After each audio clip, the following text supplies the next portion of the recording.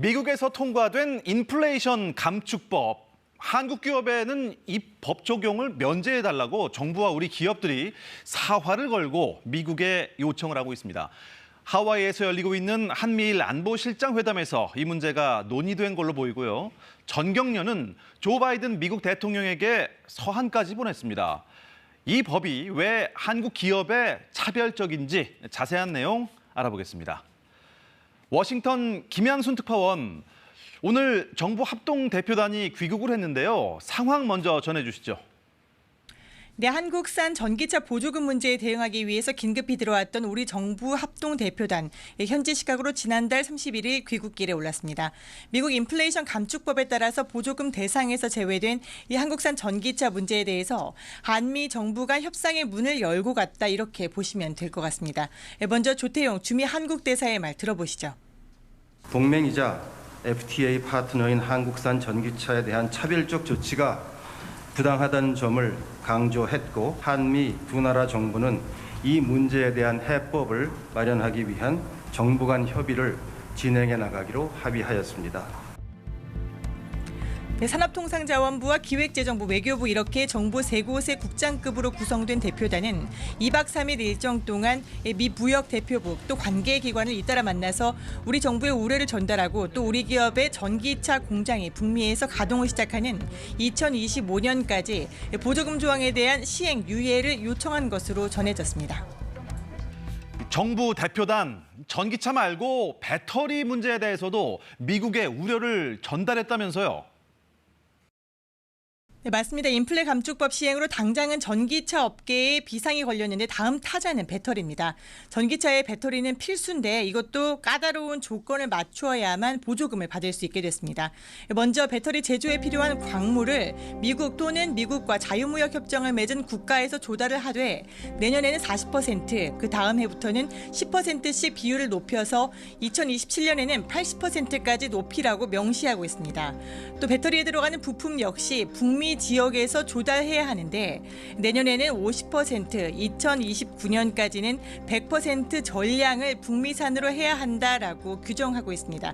이 두 가지 조건을 모두 충족해야지 차 한 대당 7,500달러, 우리 돈 약 1,000만 원 가량의 보조금을 받을 수 있다라는 겁니다.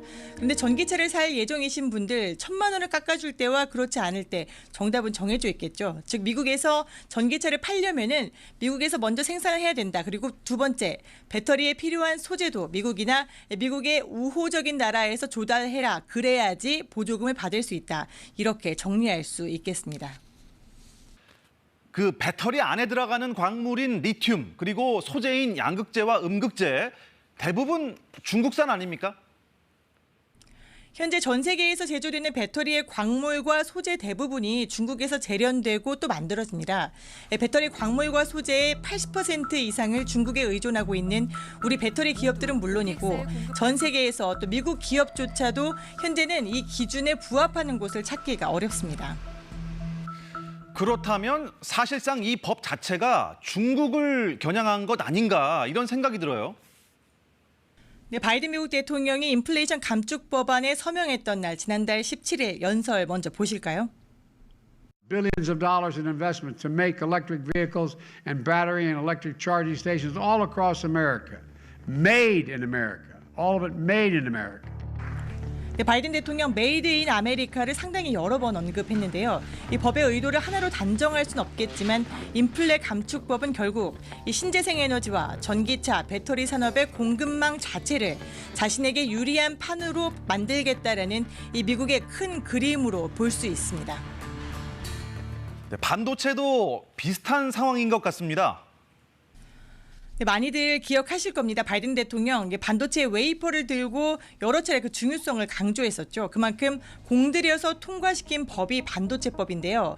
미국에서 반도체 관련 신규 투자를 하는 기업들은 올해부터 앞으로 5년 동안 527억 달러, 우리 돈으로 약 70조 원을 나눠서 지원받게 됩니다. 어마어마한 액수죠. 여기에 또 25%의 세액 공제도 지원돼서 미국 내의 반도체 제조업을 다시 한번 활성화시키고 또 공급망을 재편하겠다라는 하겠다라는 목표입니다. 그런데 이 법 통과 직전에 이른바 가드레일이라는 조항이 들어갔습니다. 반도체법에 따라서 미국의 지원을 받는 기업은 앞으로 10년 동안 중국이나 러시아 같은 미국이 우려 대상으로 지정한 나라들에게는 투자를 일부 제한하겠다라는 건데요. 중국의 반도체 공장을 가동하고 있는 삼성전자, SK하이닉스 이미 미국의 대규모 투자 계획을 밝힌 상태인데요.